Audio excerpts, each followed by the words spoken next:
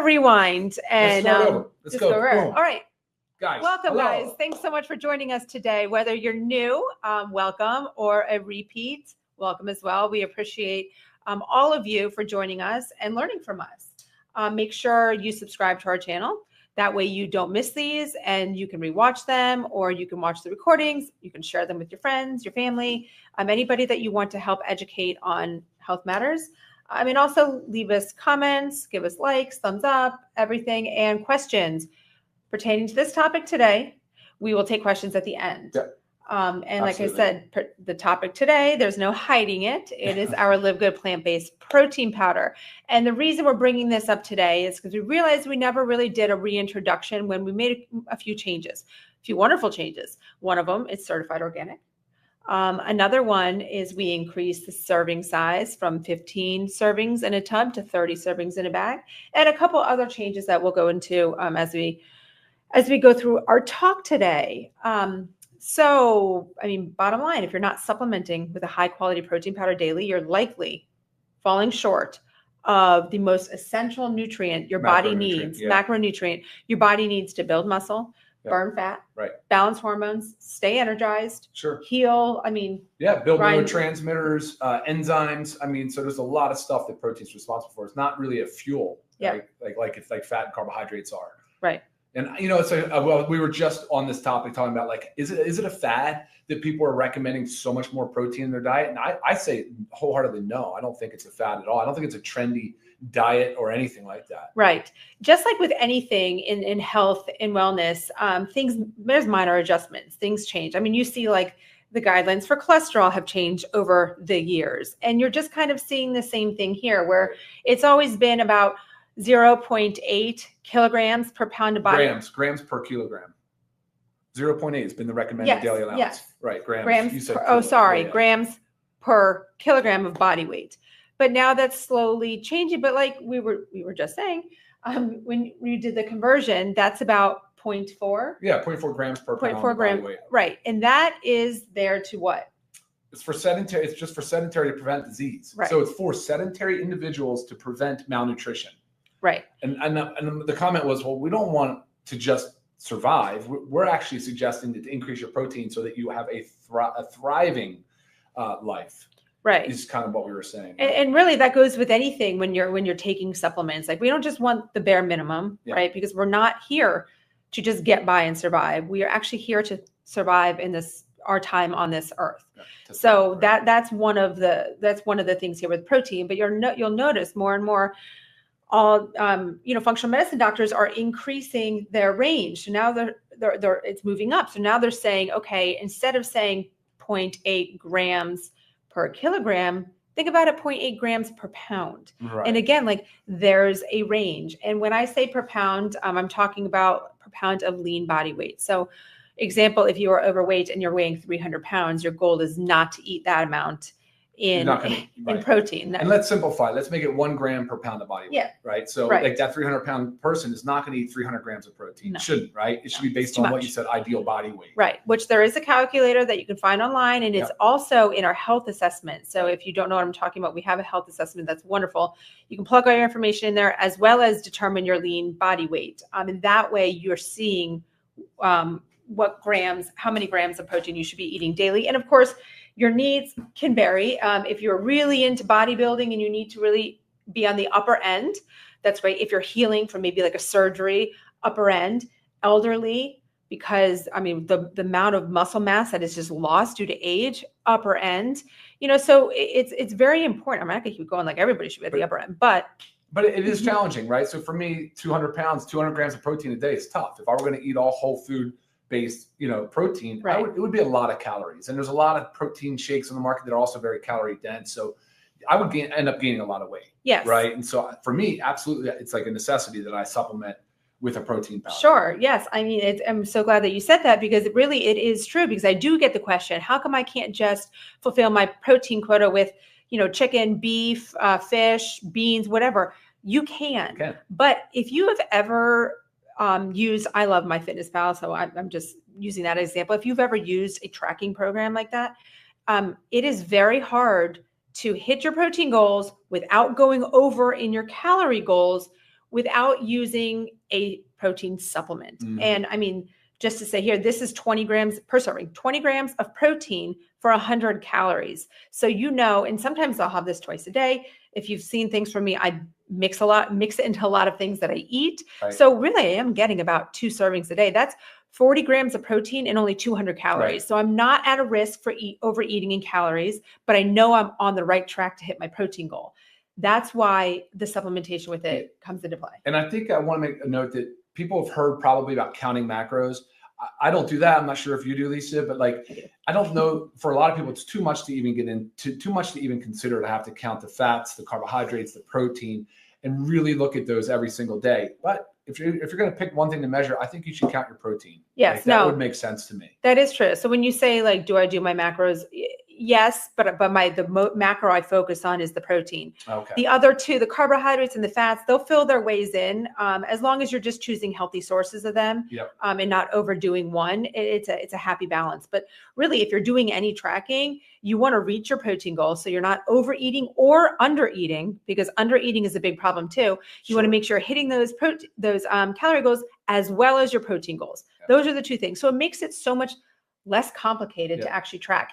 And if you do track, once you do for a little bit, maybe like about a month, you'll get a feel for like what your daily, meals look like. And you're really not going to go over or under by too much. It's actually going to make a difference. Yep, exactly. So how do we do that effectively? Right? How do we supplement effectively with protein? Oh, well, okay. Well, first I was going to talk into just a little bit more on, just highlight a little bit more on protein. So we know muscle growth and repair, obviously helps with weight management. Okay. Protein helps you feel full longer.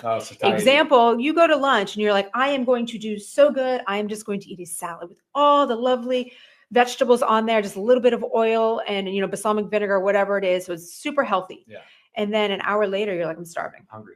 Well, there was no protein. Give me a protein bar. Right. That just went right through you. So you want to make sure you get that piece of fish on there or get that chicken or something. You need protein to help you feel full longer. Yep. That's why sometimes even making a shake in between your meals, it's going to keep you full. You're not going to be reaching for an unhealthy snack. Right. You're getting that protein. You're not overeating calories. I mean, and not to mention it is delicious. If you haven't tried it, you do have to try it.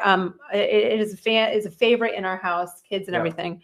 Yeah, the kids it's funny talking about the protein, just being blasted across social media everywhere about how much protein you need protein. And our kids are hearing it too, but you know what? That's not a bad thing. No. It's education. But, yeah, so it controls your appetite, helps you reduce snacking, and supports fat loss while preserving that lean muscle mass. I mean, these are all like wonderful things. It's convenient. Busy schedule. Guys, I mean, we even have our shaker. You can put it in the shaker without water, and when you're ready for it, just add some water and shake it up. Right. I mean, it doesn't have to be blended into a smoothie. I mean, I love blending ours, but if I'm in a pinch, no, it's just going in a shaker bottle. That way I get it. Supports your metabolism, helps blood sugar balance. I mean, this is approved for diabetics. There's nothing in it that's going to raise your blood sugar. And another just part to throw out there, because this is plant-based, this is approved, like it's ideal for all lifestyles. You're vegan, you're vegetarian, you're athlete, recovering from illness, aging, one there, right? And just trying to be healthier. I mean, this is for everybody, but bottom line is protein powder makes it easier to hit your daily protein goals. And I feel like especially for aging populations too, where the appetite's not the same, and when they do eat, they get full easier, but they're not typically choosing like really nutrient dense foods. So and protein shortages is a big challenge for the elderly. Yeah. And it certainly is a challenge where protein powders can absolutely help with that a lot. Yeah. I mean, I was just on the phone with a friend on the way over here to the studio, and her mom just had surgery. She's 90-some years old. She's very healthy, but she has zero appetite. So like getting her to eat has been a struggle. So your body can't heal properly. Mm-hmm. So not only is she like at an age where she really needs to make sure she's getting her nutrition, her protein, she's also has no appetite and whatnot. So they are doing protein shakes, right? You just get that protein in. And for the fitness enthusiast, I mean, of course, it's a real big part of muscle protein synthesis. How do you think the body's going to put muscle on our bones? I mean, it really requires amino acids, and that's the clutch. That's the crutch of protein, right? Is getting your essential amino acids. So historically, the whey protein has been your gold standard because it's just got your perfect score of essential amino acids. Whereas plant-based weren't really quite as strong or as good. They've gotten better. They've gotten better over the years. And soy has always sort of been the best plant, but that's sort of fallen out a little bit of favor. So this is an organic. We went to an organic pea protein. Has a little bit of hemp protein, but it's predominantly pea. So it's USDA certified organic, and it does have a complete amino acid profile. Right, and super easy to digest. That's like one of the benefits of it. I mean, it feels great on your gut. And I think that's where most people fail whey. Yes. After, like, if they're okay with consuming dairy-based product, they'll go to whey, and the whey protein can sometimes cause some indigestion. Right. Especially if you drink it too fast. A little bit better tolerated. And that would be, I would say that's probably the limiting step of protein supplementation, would just be indigestion. Right. But I haven't experienced it a lot. Most people don't report indigestion. No. So it's a really well-tolerated supplement. And I see very little downside. So when you're talking about earlier about like all the different ways and needs and things we need to supplement for, I'm like thinking like that is so much benefit. What's the risk? Very little. The risk benefit is like, maybe if there's kidney disease, you worry a little bit about having too much protein, and that's for your nephrologist to consult on. But I mean, beyond that, it's indigestion. I mean, I think that's it. I don't know where else the risk would be, right? Right. And that's, that's pretty compelling. All right, so let's just run through the highlights of our protein. So, I mean, it's a clean plant-based protein source. Organic. Yep. It's organic, which is very wonderful. It's easily digestible. Yep. It has your complete amino acid profile. Yep. Supports, like we said, lean muscle mass and fat mass. 20 grams of high-quality protein per 100 calories. Yep. 106. 101. 101. Sorry. Don't forget that one. Don't. It's it's nutrient dense. Yep. There's no junk. Just like everything with LiveGood. No junk. GMO, no artificial sweeteners, preservatives. Right. We're third-party tested. Yep. And glyphosate free. Yep. Certificate of analysis is on the website. Heavy metal testing was performed, if you're worried about that. Which we are always. Yes. And let's not forget certificate of analysis on the site, metal testing, glyphosate free. And affordable. I have to Affordable. say, if you are a member, guys, it's $34.95. If you are not a member, retail, it's only $39. That's 30 servings, guys. Right. $34.95 versus $39.95 for 30 servings. So you are literally basically $1 a day. Yeah, basically. To get a serving. Sure. I mean, it's really hard to find a high quality protein on the market. Actually, you cannot find, in my eyes, a high quality protein on the market that's got everything that our protein has with the organic certification for the prices that we are offering. So, I mean, really just such an amazing thing. I'm trying to think if I didn't think of anything else that I wanted you to talk about on here. But I was just going to run through a few questions. Yes. Thank you guys for hanging in there while we lost audio. It's very good flavor. It's I think it's very good flavor. For some of those that had an earlier version, when you do head to head, this was the preferred choice of the blind testing that we did. So it's good. And it's 30 servings in a bag, which is great. Yep. And I'm just mixing one serving. So I don't have our shaker bottle right now, but I do have our frother. Just going to put it in water, just show you how like it mixes up very well. But obviously, sometimes you might have to keep mixing with this, but that's why if you have a shaker bottle, you just keep shaking as you drink. But really, guys, it is so delicious. Thrive. Love it. I made a little mess. It's very good, yeah. Awesome. I mean, it's like vanilla ice cream. It is. Exactly. And I blend mine in a smoothie. I add fruit to it. It is not a meal replacement because, as we said, this is 101 calories. If you think 101 calories is a meal, guys, we got to talk. You need to make sure, and for a meal replacement, you want like a balance of your protein, carbohydrates, and fats, as well as a significant calorie source, because this is a meal, guys. Food is medicine. Like we need to heal. I mean, we need to heal. We need to eat. What would you add to make it a meal replacement? So, to add some carbohydrates in there, get some of your fruit. So I always do frozen organic berries, but you can do any fruit. I mean, you can play around with an apple in here, with some cinnamon, like the vanilla cinnamon apple, everything. You want for your fats, avocado. You can also do a tablespoon of olive oil. The avocado makes it like almost like pudding like. Yeah, sure. Which I actually really enjoy. But if you're a texture person, you might not like the texture, but I enjoy it. The olive oil, you won't notice it at all. So you're just adding nutrient dense things that are going to help make it, significant calories, as well as I said, get the fat, get the protein. Get the fat, get the carbohydrates in there. But I mean, you can experiment with so many, and I'm going to be doing some more playing around with different ones, shakes that I make, and we'll make some videos of it so you guys can get those recipes as well. But yeah, awesome. Very, very easy to do. And you've done some videos too where you have protein balls, you have a protein with your with sweet potato. Yep, So I put it in the pancakes anytime I make muffins. Yeah. Right. I mean, so extremely versatile, guys. If you think it can go in there, just put it in. Right. Like you're just increasing the protein content of what you are eating or drinking. Coffee, I like putting in the coffee. You do have to kind of keep stirring it because, just kind of settles a little bit, but it's just so good.